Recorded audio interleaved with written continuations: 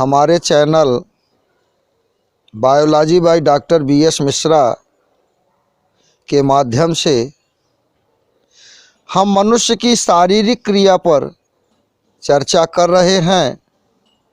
पिछले वीडियो में हम पाचन तंत्र की विस्तृत व्याख्या किए। किस प्रकार से मुख द्वारा कच्चा माल हमारे शरीर में प्रवेश होता है और पाचक एंजाइमों की सहायता से इसकी पाचन होती है। उसके बाद हमने ये जानना प्रारंभ किया कि हमारे शरीर के लिए कौन कौन से आवश्यक पोषक तत्व हैं। तो मैंने आपको ये बताया था कि कार्बोहाइड्रेट, प्रोटीन, वसा, विटामिन, खनिज लवण, जल, एंजाइम और साथ में न्यूक्लिक अम्ल। कार्बोहाइड्रेट के बारे में हम जान चुके हैं। आज हम प्रोटीन की विस्तृत व्याख्या हम आपके लिए करने चल रहे हैं। किस प्रकार से हमारे शरीर के लिए प्रोटीन महत्व रखता है। जैसे तीन प्रमुख पोषक पदार्थ हैं कार्बोहाइड्रेट, वसा और प्रोटीन। तो कार्बोहाइड्रेट और वसा तो हमारे शरीर के कोशिकाओं का संचालन करने का कार्य करते हैं, अर्थात उनको संचालित होने के लिए ऊर्जा प्रदान करते हैं। जबकि प्रोटीन अमीनो अम्ल के पॉलीपेप्टाइड श्रृंखला में आपस में जुड़ने से बनता है। एक बहुत ही जटिल पदार्थ होता है।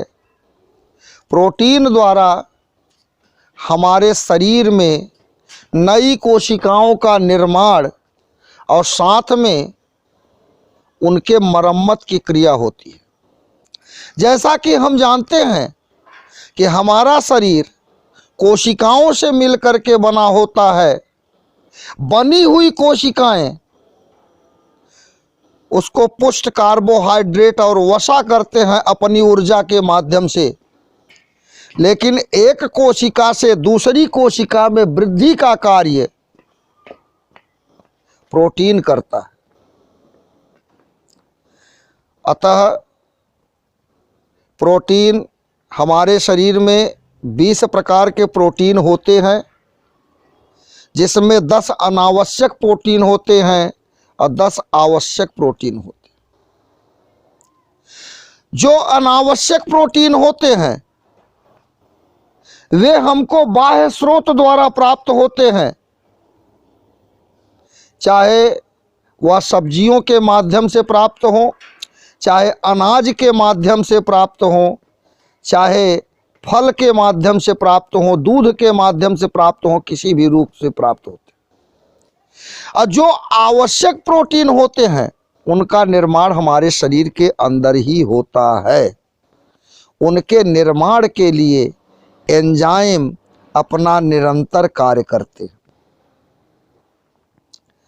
अब जो बाहर से प्रोटीन हमारे शरीर के अंदर आता है भोजन के रूप में, हम ये समझें कि उसका पाचन कहाँ कहाँ होता है।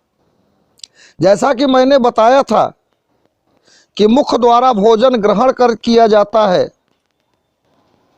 और वह मुख गुहा से, ग्रसनी से, ग्रास नली, आमाशय से होते हुए छोटी आंत, बड़ी आंत और अंत में वेस्टेज पदार्थ गुदा द्वारा बाहर निकल जाता है। इस आहार नाल में, जो कि 8 मीटर लंबी होती है, प्रोटीन का सर्वप्रथम पाचन हमारे आमाशय में होता है। अब आमाशय में जिस प्रोटीन का पाचन होता है उसको पाचन करने वाले एंजाइम को कहते हैं पेप्सिन एंजाइम। अकेला हमारे शरीर का यही ऐसा एंजाइम है जो अम्लीय माध्यम में प्रोटीन का पाचन करता है। आहार नाल में जो आमाशय होता है, वहाँ की अम्लीयता का मुख्य कारण जठर रस में पाया जाना वाला HCl अम्ल है। HCl के कारण ही माहौल, भोजन की व्यवस्था अम्लीय हो जाती है, लेकिन वहाँ पर पेप्सिन नामक एंजाइम प्रोटीन के पाचन का कार्य करता है और आंशिक रूप से प्रोटीन के पाचन की क्रिया संपन्न हो जाती है। फिर वहाँ से भोजन आगे बढ़ता है, ग्रहणी में पहुँचता है, यकृत के माध्यम से भोजन की क्षारीयता प्राप्त हो जाती है। अंत में अग्नाशय द्वारा जो ट्रिप्सिन नामक एंजाइम स्रावित होता है, वह ग्रहणी में प्रोटीन का पाचन करता है। वहां से प्रोटीन से युक्त भोजन छोटी आंत में पहुंचता है और छोटी आंत में प्रोटीन का पूर्णतया पाचन हो जाता है। दूध में केसीन नामक प्रोटीन पाई जाती है। इसको पाचन करने के लिए रेनिन नामक एंजाइम होता है जो प्रोटीन का पाचन करता है। छोटी आंत में ही न्यूक्लिक अम्ल का पाचन न्यूक्लियेज नामक एंजाइम के द्वारा होता है, क्योंकि न्यूक्लिक अम्ल भी एक प्रकार की प्रोटीन ही होती है। साथ में अन्य प्रकार की जो प्रोटीन युक्त भोज्य पदार्थ होता है, उसको पाचन करने के लिए इरप्शन नामक एंजाइम प्रोटीन का पाचन करता है। इस प्रकार से भोजन का, प्रोटीन का पूर्णतया पाचन हो जाता है और शेष पदार्थ बड़ी आंत में पहुंच जाता है। अब जैसा कि मैंने आपको बताया कि हमारे शरीर में प्रोटीन की आवश्यकता क्या है, इस आवश्यकता की पूर्ति हम प्रोटीन को किस पदार्थ के रूप में कर सकते हैं।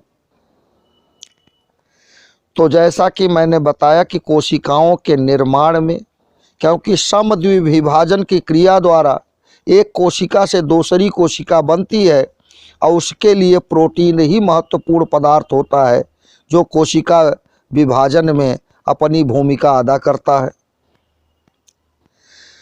हमारे शरीर में अगर प्रोटीन की कमी हो जाए तो पहली बात तो कोशिकाओं का निर्माण बंद हो जाएगा, कोशिकाएं क्षतिग्रस्त हो जाएंगी।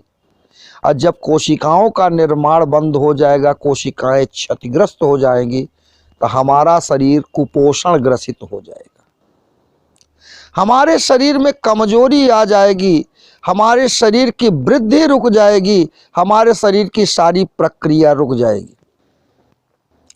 बच्चों में जो कुपोषण की 2 बीमारियां होती हैं, वह प्रोटीन के कारण ही होती हैं।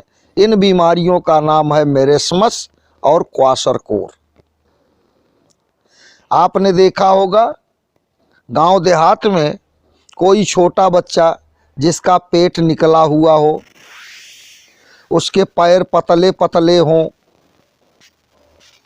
पेट आगे, सीने का भाग पीछे, हड्डियां दिखती हुई, शरीर में पूरे दाने, ये प्रोटीन के कुपोषण के कारण ही होता है। अब हम बात करें कि प्रोटीन हमको प्राप्त कैसे होगी जिससे कि हम स्वस्थ रह सकें। जितने भी अनाज होते हैं, जितनी भी दालें होती हैं, ये सब प्रोटीन के महत्वपूर्ण अंग हैं। अरहर की दाल, चने की दाल, मटर की दाल, मूंग की दाल, उड़द की दाल, सोयाबीन की दाल, मूंगफली की दाल, जितनी भी दालें होती हैं, इनसे भरपूर मात्रा में प्रोटीन प्राप्त होती है। दूध से प्रोटीन प्राप्त होती है। सूखा मेवा, बादाम, काजू, अखरोट, पिस्ता आदि पदार्थों से प्रोटीन की प्राप्ति होती है। फलों में पपीता, आपका गाजर, इस प्रकार के जो फल हैं उनसे प्रोटीन की पर्याप्त मात्रा प्राप्त होती है। छिलकेदार अनाज से प्रोटीन प्राप्त होती है।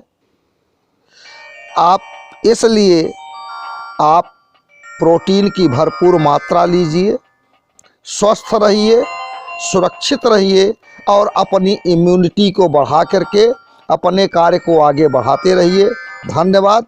आज का वीडियो इसी पर समाप्त किया जाता है। नेक्स्ट वीडियो आपको आगे बताया जाएगा। వీడియో నచ్చినట్టయితే లైక్ చేయండి, షేర్ చేయండి, సబ్స్క్రైబ్ చేయండి. రెగ్యులర్ నోటిఫికేషన్స్ కోసం బెల్ బటన్ని ప్రెస్ చేయండి.